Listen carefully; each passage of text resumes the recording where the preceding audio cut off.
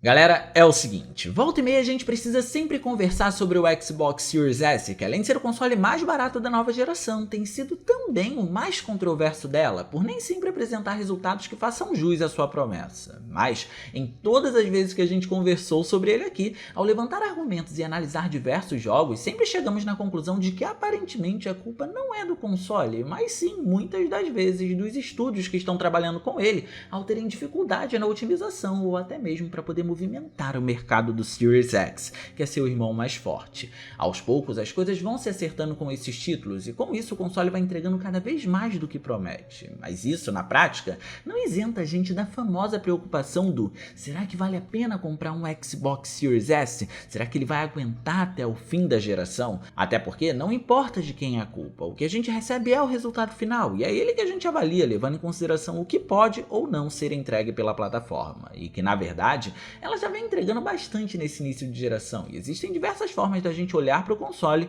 e verificar o que ele é capaz de fazer com o seu poder. Ao menos ao olharmos no cenário de retrocompatibilidade, se esse for o seu primeiro videogame da marca, você vai conseguir jogar todas as gerações anteriores que ela participou, além dele usar esse cenário muitas das vezes para também demonstrar o seu poder, sendo ótimo para a gente analisar. Algumas vezes você vai encontrar o uso desse poder para melhorar esses títulos retrocompatíveis, mas em alguns casos isso pode não acontecer de forma tão direta. Mas independentemente disso, você sempre vai ter o que jogar e de forma melhorada, uma prática que a Microsoft sem sombra de dúvidas faz muito bem. Só que esse cenário do uso ou não do poder da plataforma também acontece com os títulos recentes, sendo o nosso principal alvo de avaliações aqui. E digo que é o nosso principal alvo de avaliações porque a retrocompatibilidade também pode ser uma forma de comprovarmos o poder do console, em que ele mostra o que pode fazer com ela e, em paralelo, assim temos margem para avaliar o empenho que ele tem nos jogos atuais também. E talvez, pela baixa quantidade de games voltados para esse novo segmento geracional, esteja sendo um pouco mais complicado de tentar criar um raciocínio e levantar argumentos do que o console pode ou não pode oferecer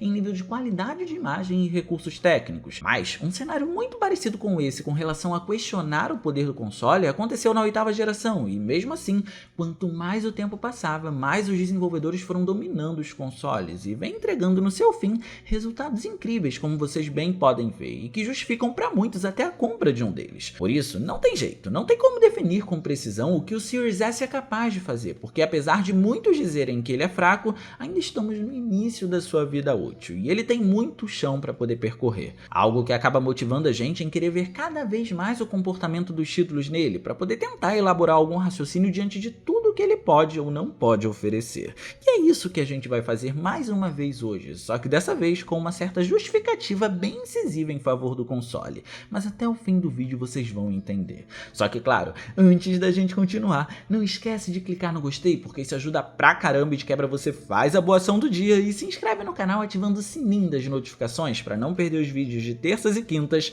às 19 horas. Tudo isso feito? Então vem, que hoje a gente vai ver o mais barato da geração mostrando seu poder mais uma vez. Apesar de ser responsável por colocar os jogadores na nova geração sem muitas responsabilidades técnicas e como consequência por um preço bem menor, isso não quer dizer que o Series S não apresente melhorias em relação ao seu irmão da geração que antecede a sua, sendo o Xbox One S. Muito pelo contrário. Inclusive, é sempre importante lembrar nesse caso que o ideal é tentar não atrelar o Xbox One X a um raciocínio com o Series S, porque são propostas completamente diferentes, especialmente ao se falar de resolução. O Series S quer trazer tudo da nova geração, porém com uma resolução mais baixa, enquanto que o One X é da geração passada e visa resoluções mais altas. Isso não seria conflitante e nem um problema se não tivéssemos um alto número de títulos que têm cruzado as gerações, mas como esse não é o caso, a gente precisa salientar sempre esse tipo de coisa. E por que eu tô falando isso? Você pode estar se perguntando. Simples. Agora há pouco eu comentei sobre a retrocompatibilidade e que ela poderia ou não usar o poder do Xbox Series S para poder melhorar os jogos, correto? Então, se um jogo tem melhorias, ele pode se equiparar em nível de resolução com o Xbox One X e elevar ainda mais o seu padrão, o que é um caso atípico para ser sincero, mas pode acontecer. Só que, se essas melhorias não existirem, o console pode ser muito mais associado ao Xbox One S, o que é um caso bastante comum, que hierarquicamente é seu antecessor direto. E isso é importante de ser falado porque do lado de jogos como Mirror's Edge no console de custo-benefício, por exemplo, encontramos algo parecido com as melhorias vistas no Xbox One X e que ajudam a gente a entender um pouco mais do poder do Series S quando ele está executando o jogo, além de provar que quando se quer, seu poder pode melhorar de maneira significativa os jogos, fazendo com que muitos argumentos de que ele não aguenta rodar determinados títulos ou executar determinados tipos de ações, como por exemplo as altas resoluções, caiam por terra, e principalmente provando que ele tem muito poder para poder mostrar ainda. Mirror's Edge é um game da 7ª geração, e por isso a retrocompatibilidade que ele traz é lá do Xbox 360, porém com os aprimoramentos aqui. Essas melhorias na verdade começaram também com o retrocompatível Xbox One X, por ele conseguir estabilizar a taxa de quadros por segundo em 30 FPS e entregar um padrão de resolução em 1440p, melhorando bastante a visualização de detalhes, extinguindo a maioria dos serrilhados e equilibrando a experiência da gameplay que dependia bastante disso. No Xbox 360, o jogo foi um pouco ambicioso em alguns sentidos, justificando as quedas na taxa de quadros por segundo, mas também com uma resolução em 720p com um anti-serrilhamento aumentado em 2 vezes, 2 itens que são bastante pesados, diga-se de passagem. Só que os visuais eram extremamente claros, com uma direção de arte distinta e marcante para dizer o mínimo, e o anti-serrilhamento não era necessariamente dos melhores. Então, bordas serrilhadas eram extremamente comuns, mesmo que o padrão de resolução para a época fosse alto ainda com a aplicação do anti-serrilhamento. E não o suficiente, ainda introduziram um sistema de iluminação global pré-calculada para ajudar no equilíbrio de cores do jogo, sendo um fator primordial na sua execução, que no fim, infelizmente, acabou atrapalhando a sua performance. Por isso que, ao recebermos Mirror's Edge aqui, com o maior poder do Series S, ele não apenas traz o padrão de resolução e aprimoramento do Xbox One X, como também dobra a sua performance para 60 quadros por segundo, deixando a gameplay jogável da forma como ela tem que ser, fluida, porque é um jogo que demanda isso. E esse involuntariamente acaba sendo um bom exemplo do poder do console, porque executar os 60 quadros por segundo em altas resoluções continua não sendo uma das tarefas mais fáceis, e se o Series S fosse tão fraco como dizem, talvez ele não conseguisse executar tal proeza. Só que, além disso, esse feito só foi permitido pelo FPS Boost, que faz essa melhoria de forma automática e eleva o padrão dos jogos retrocompatíveis, considerando a tecnologia implementada no Series X e Series S. Então a gente precisa considerar que o Series S está trazendo a tecnologia do seu irmão muito mais poderoso, o Series X. Isso é importante manter em mente. Mirror's Edge foi apenas um dos jogos que incluiu a tecnologia e foi apresentado aqui por conseguir trazer os mesmos aprimoramentos do One X,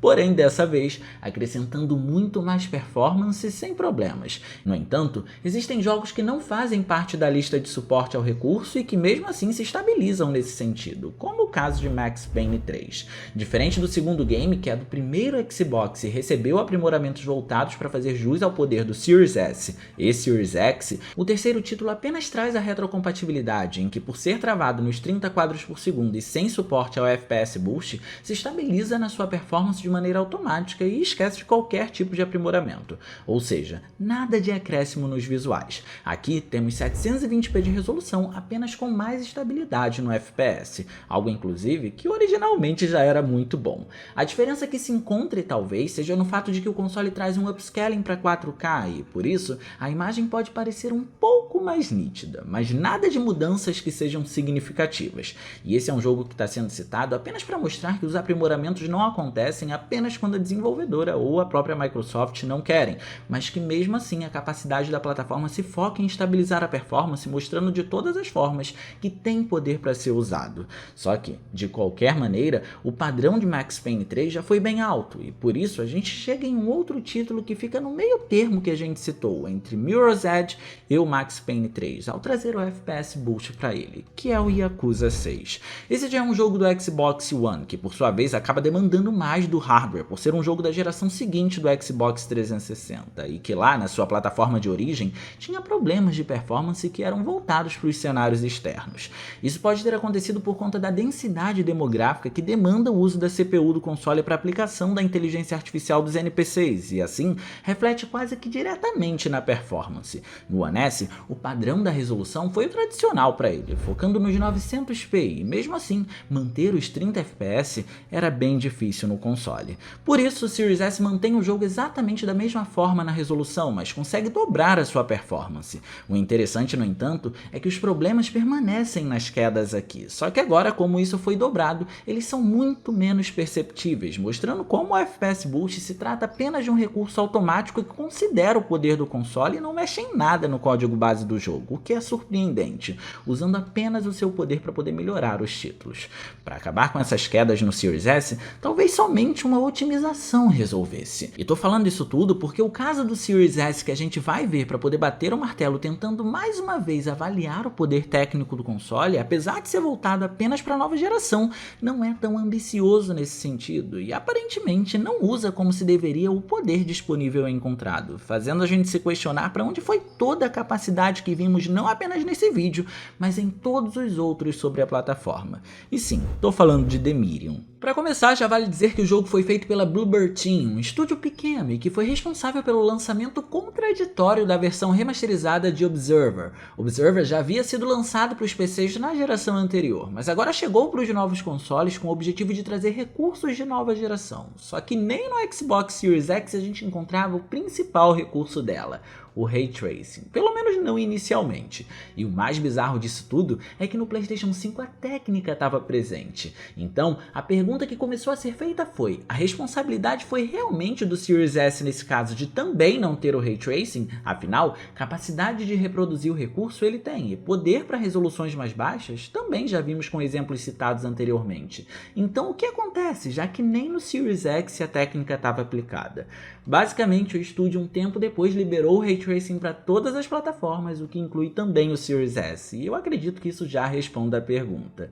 E a contradição começa agora, porque Demirium no Series S não tem Ray Tracing em aspecto algum. Normalmente, quando algum estúdio deduz ou conclui que o Ray Tracing nos reflexos pode causar um impacto muito grande nos consoles, ele é aplicado apenas na iluminação para melhorar as sombras, sejam elas diretas ou indiretas. Só que as indiretas dão muito mais trabalho, e por isso o foco costuma ser nelas. No Series X a gente tem Ray Tracing na iluminação indireta, criando Ambient Occlusion e trazendo reflexos apenas em algumas superfícies. Já nos PCs, 99% das superfícies do jogo tem a técnica aplicada, além de estar presente também na iluminação indireta. E no Series S, por sua vez, infelizmente ela não está presente em lugar algum, porque a iluminação indireta foi feita usando uma técnica de espaçamento de tela, o que resulta em algumas sombras indiretas que não deveriam existir, ou tem uma apresentação mais forte do que deveriam. Mas o ponto aqui é que Demirium não tem absolutamente nada demais que demande tanto poder que impeça o Ray Tracing no Series S, mesmo em resoluções mais baixas, e que faça ele acontecer apenas parcialmente no Series X. O que é ainda mais assustador é que o time de desenvolvimento acertou em cheio no motor gráfico utilizado, escolhendo a Unreal Engine 4, que é bastante flexível segundo a maioria dos programadores e desenvolvedores. Além, é claro, de proporcionar os mais recentes recursos de forma que possa ser bem otimizado de acordo com o poder da plataforma. Mas Demirium mesmo assim parece não ter sido bem executado. Só para vocês terem uma ideia, a gente pode começar a fazer algumas comparações com o Series X, que é muito mais forte. No Series X, o jogo opera numa resolução dinâmica que varia de 900p até o 4K, enquanto que no Series S essa resolução vai de 648 até o 1080p, onde ambos se focam em apenas 30 quadros por segundo. Então aqui a gente já entendeu que fizeram concessões até no Series X, já que o aumento de resolução consome muita memória de vídeo e a taxa de quadros por segundo consome muito poder do console quando você está focando nos 60 FPS. E alta performance e resolução fixa em 4K é algo que não temos aqui em nenhuma das plataformas, fazendo com que o caminho para elas poderem executar o seu poder ficasse livre.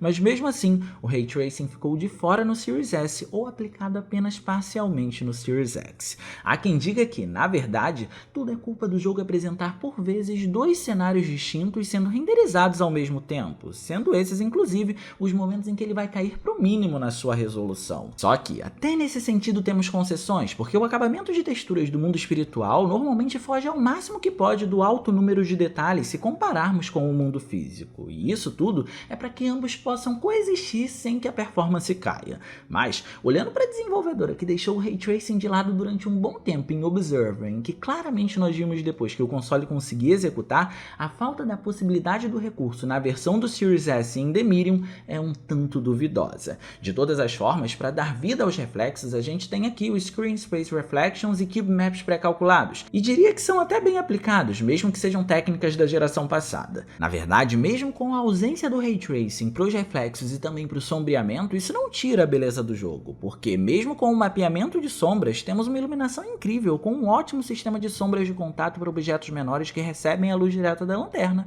além de uma alta qualidade nos materiais quando olhamos para o mundo humano. Então, Então, mesmo que com técnicas tradicionais, tudo consegue conversar muito bem. O grande questionamento é como com tantas concessões em resolução, qualidade de textura e até performance, o game não tem Ray Tracing aqui. E mais assustador que isso, como dentro desse mesmo cenário a técnica aparece apenas parcialmente no Series X, que é muito mais poderoso que o Series S. Parece que mais uma vez o problema se encontra em otimização, já que apesar de ser um título simples, até nos PCs é uma tarefa árdua executá-lo. Você precisa de um bom PC para poder jogar o game. E além disso, como já vimos no início desse vídeo, poder o Series S tem. Só que está sendo aplicado apenas em jogos retrocompatíveis na maior parte dos casos, quando na verdade a gente quer ver isso acontecendo é nos games de nova geração.